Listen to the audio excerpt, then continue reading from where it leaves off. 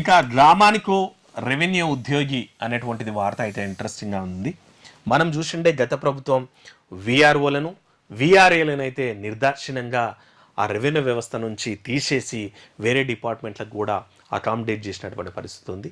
దాదాపు 5,000 మంది విఆర్ఏలు అనుకుంటా, ఆల్మోస్ట్ ఇప్పుడు 25,000 మంది విఆర్ఏలు విఆర్ఓలు కూడా ఈరోజు చాలా దారుణమైనటువంటి పరిస్థితులు కూడా అనుభవిస్తున్నారు అన్నటువంటిది. ఇక మమ్మల్ని మాతృ సంస్థకే పంపించండి అని చెప్పేసి కూడా డిమాండ్లు చేస్తున్నటువంటిది. ఆ మధ్య ఓ వార్త కూడా వచ్చింది. ఓ డిపార్ట్మెంట్కి అసైన్ చేసినటువంటి విఆర్ఓలకి దాదాపు 7-8 నెలలుగా జీతాలు కూడా లేవంట. అంటే అంత దయానీయ పరిస్థితుల్లో ఉన్నాయి. సో ఎందుకంటే గతంలో వాళ్ళు విఆర్ఓలు ఉండడం వల్ల స్థానిక ఉన్నటువంటి సమస్యలు అయితే చాలా సమస్యలు ఊళ్ళలోనే తేరిపోయేటువంటి. ఎందుకంటే documents, for example income certificate కావాలా, మండలికి పోకుండా విఆర్ఓని పట్టుకుంటే ఆయనే చేయించేటువంటి పరిస్థితులు ఉండే. చిన్న చిన్న ల్యాండ్ ఇష్యూస్ ఉన్న వాళ్ళే చేస్తుండే. ఇంకోటి పాలనా పరంగా ఈజీ ఉంటుండే. కానీ అక్కడ అవినీతి అక్రమం జరుగుతుంది. ఆ వ్యవస్థనే నిర్వీర్యం చేసిండే గత ప్రభుత్వం. వాళ్ళందరినీ వేరే వేరే డిపార్ట్మెంట్లకు కూడా అకామిడేట్ చేసిండే. అయితే గతంలో నుంచి కూడా వాళ్ళు మళ్ళీ మాతృ సంస్థకి అకామిడేట్ చేయండి అని కూడా డిమాండ్ చేస్తుండే. ఈవెన్ కాంగ్రెస్ గవర్నమెంట్ ఎన్నికల మేనిఫెస్టోలో కూడా వాళ్ళకి హెల్ప్ చేస్తామన్నటువంటి మాట పరిస్థితుల్లో వాళ్ళు మళ్ళీ ఈ ప్రభుత్వం మీద అయితే ప్రెషర్ పెడుతున్నారు. వాళ్ళు మళ్ళీ ఆ వ్యవస్థని మళ్ళీ తీసుకురావాలన్నటువంటి మాట నేపథ్యంలో ఇంకోటి ఏంటంటే ఈ మధ్య చూస్తున్నాము, ఈ ధరణి తర్వాత ఈ ప్రక్షాళన ఇవన్నీ కూడా జరుగుతున్నాయి. ఊర్లలో చిన్న చిన్న సమస్యలు కూడా ఎంఆర్ఓ ఆఫీస్కి, కలెక్టరేట్కు, ఆర్డీఓ ఆఫీస్కి వెళ్ళాల్సిన పరిస్థితులు ఉన్నాయి.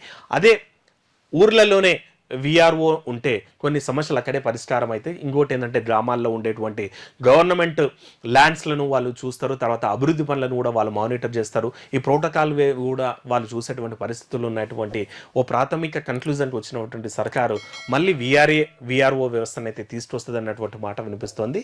దానికి మినిమం డిగ్రీ ఉన్నలను జూనియర్ రెవెన్యూ ఆఫీసర్గా నియమించి అట్లీస్ట్ డిగ్రీ పైన ఉన్న ఆఫీసర్లను జూనియర్ రెవెన్యూ ఆఫీసర్లుగా ప్రమోట్ చేసేసి వాళ్ళకు కూడా బాధ్యతలు అప్పగించాలని చూస్తోంది.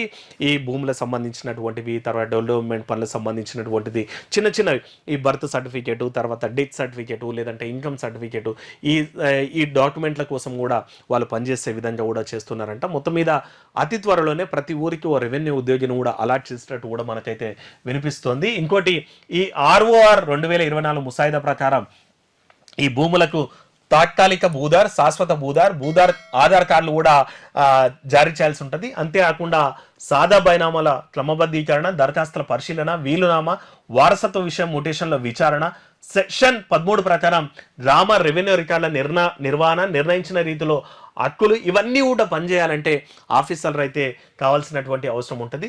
దానికోసమే విఆర్ఓ వ్యవస్థ పునరుద్ధరణ సాధ్యాల మీద కూడా రేవంత్ సర్కార్ అయితే పరిశీలిస్తుందంట. మొత్తం మీద అయితే అది పాజిటివ్గానే జరిగేటట్టుంది. అతి త్వరలోనే విలేజెస్కి కూడా మళ్ళీ విఆర్ఓలు రానున్నారు.